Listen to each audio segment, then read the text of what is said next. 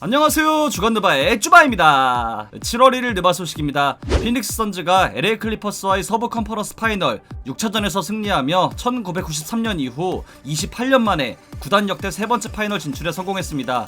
플레이오프 대진표가 완성되었을 때만 해도 LA 레이커스에게 패해 1라운드에서 탈락할 확률이 높을 거라던 예측을 비웃듯 와일드 웨스트 전장의 최종 승자가 된 피닉스는 미러키 벅스와 애틀랜타 호크스의 승자와 파이널을 치르게 됩니다. 직전까지 치른 두 번의 파이널은 모두 2대4로 패했습니다. 오늘 가장 독보적인 활약을 보인 선수는 크리스 폴로. 파이널을 바라만 보던 이 사나이는 그 궁금증을 참을 수 없었는지 팀 공격의 전면에 나서 경기를 지배했습니다. 무려 3점 7개를 포함해 41점을 올렸는데요. 이 과정에서 단 하나의 실책도 범하지 않으며 포인트 가세 면모를 유감없이 보였고, 상대 추격에 찬물을 끼얹는 득점과 멘탈까지 흔드는 베테랑의 신경전, 파이널에 진출하는 팀의 리더로 전혀 부족함이 없는 경기를 선보였습니다. 4쿼터에만 19점을 포함해 후반에만 무려 31점을 올린 폴은 오늘 8개의 어시스트를 추가하며 플레이오프 누적 어시스트 1024개를 달성, 마이클 조던을 앞질러 단독 11위에 오르게 되었습니다. 파이널에서 최소 4경기를 치른다는 가정하에 피펜의 기록까지는 무난하게 따라잡을 것으로 보입니다. 폴은 NBA 역사상 가장 뛰어난 포인트 가드 중 하나로 평가받지만 개인 수상과 함께 우승이란 타이틀이 없어 항상 그 평가가 높을 수가 없던 비운의 슈퍼스타죠. 심지어 피닉스 선즈 합류 당시만 해도 1985년생의 노장은 젊은 선수들에게 멘토 역할을 해주며 선수단의 스텝업을 위한 영입이었다고 할 정도로 폴의 가치는 높게 쳐도 올스타 정도로 분류되었습니다. 하지만 이번 플레이오프를 통해 폴은 본인의 건재함을 알림과 동시에 궁금한 거 못 찾는다는 멋진 경기를 선보이며 2005년 데뷔 후 무려 16년 만에 파이널이란 무대를 밟게 되었습니다. 이젠 파이널이 궁금한 사나이란 목표를 달성하며 파이널을 아는 사람이 된 크리스 폴이 파이널 무대에서도 좋은 활약을 보여주길 바랍니다. 포인트 가세 특혜를 가장 많이 받으며 이번 플레이오프를 통해 올스타 빅맨으로까지 성장한 것으로 보이는 디안드레 에이튼도 플레이오프 통산 12번째 더블더블 달성에 성공하며 생애 첫 파이널 진출을 자축했습니다. 플레이오프 데뷔 구간 해당 기록에서 샤킬 오닐, 오스카 로버트슨과 어깨를 나란히 하게 되었고, 이 파이널에서 최소 4경기 구간 모두 더블더블을 달성한다면 에이튼은 NBA 역사에 남을 플레이오프 데뷔전을 치른 선수가 됩니다. 두 선수를 포함해 하나의 팀으로 정말 좋은 경기를 펼친 피닉스가 파이널에서는 또 어떤 경기를 선보일지 기대됩니다. 클리퍼스의 플레이오프는 여기서 끝이 났습니다. 애초에 에이스 카와이 레너드와 빅맨 서지 이바카가 이탈하며 제대로 된 전력을 꾸릴 수 없는 상황이었음에도 정규리그 우승팀 유타 재즈를 잡아내고 구단 역대 첫 컨퍼런스 파이널 진출이란 쾌거를 이룬 건 그 누구도 비난할 수 없는 엄청난 성과입니다. 이번 플레이오프 전 경기에서 20점 이상을 올리며 레너드의 이탈에도 묵묵히 에이스 역할을 해준 폴 조지. 2020년 2월 19일 디트로이트 피스톤즈와 바이아웃 협상 이후 클리퍼스에 합류해 플레이오프에서 최고의 슈터로 거듭난 레지 잭슨. 이번 플레이오프에서 가장 핫했던 신이 테런스 맨을 포함한 모든 클리퍼스 선수단과 타이론 루 감독에게 박수를 보내고 싶네요. 팀의 차기 시즌 목표는 1번도 2번도 무조건 카와이 레너드와의 재계약이 되겠습니다.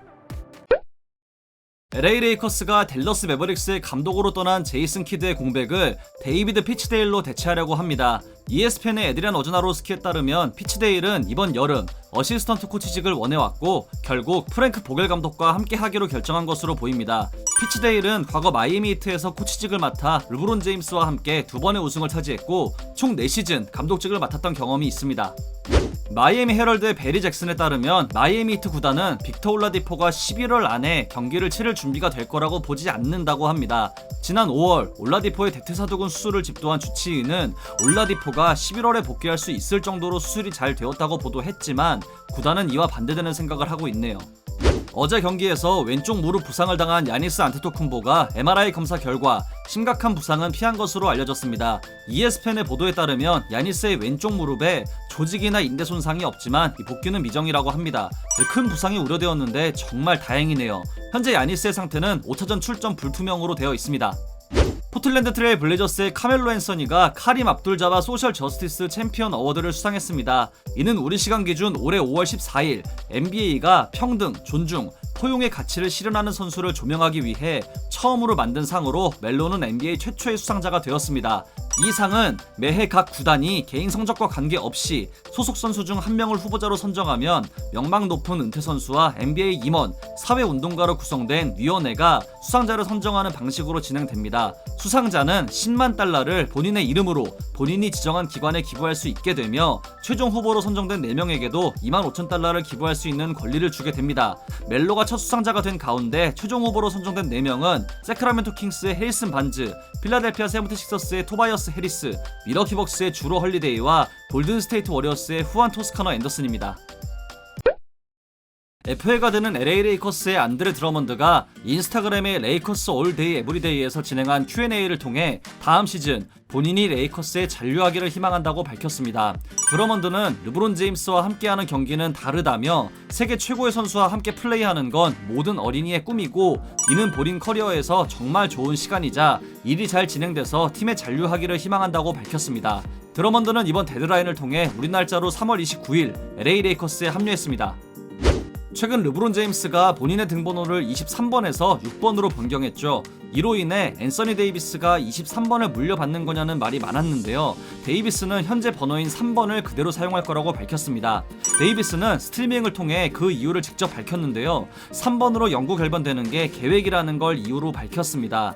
23번이란 NBA에서 굉장히 상징적인 번호죠. 마이클 조던이란 슈퍼스타가 사용했던 번호로 이 번호를 사용한 르브론 제임스 역시 현 리그 최고의 슈퍼스타가 되었으며 뉴올리언스 펠리컨스에서 23번을 사용했지만 르브론의 23번 착용으로 인해 레이커스에선 3번을 선택한 데이비스가 이 르브론의 23번을 이어받아 차세대 최고의 선수 바통을 이어받는 아름다운 그림을 예상하는 팬이 많았죠. 저 역시 이 예측을 했었는데 23번은 23번대로 데이비스는 데이비스대로 커리어를 이어나갈 것으로 보입니다.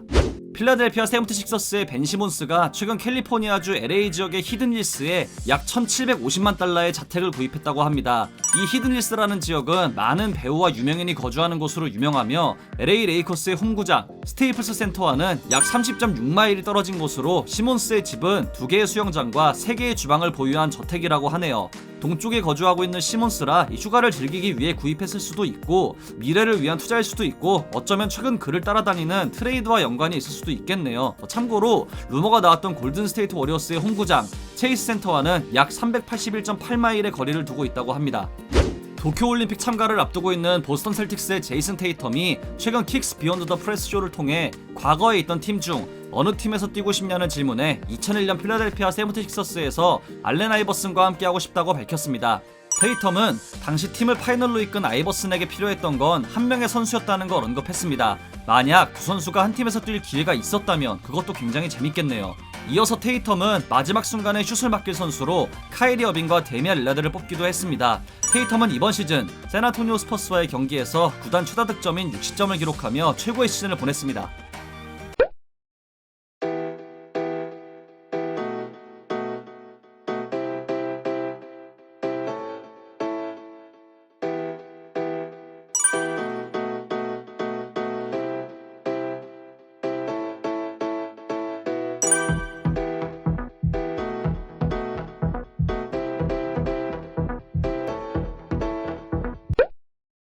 이상으로 7월 1일 주간 네바를 마치도록 하겠습니다. 재밌게 보셨다면 구독, 좋아요, 알림 설정도 잊지 마시고요. 다른 영상도 감상하시는 걸 강추합니다. 저는 더 좋은 영상으로 찾아뵙도록 하겠습니다. 지금까지 쭈바였습니다. 감사합니다.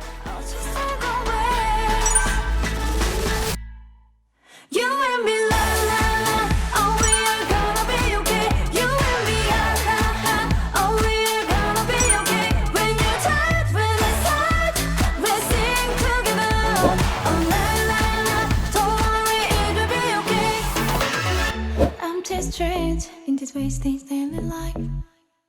You look so worn out.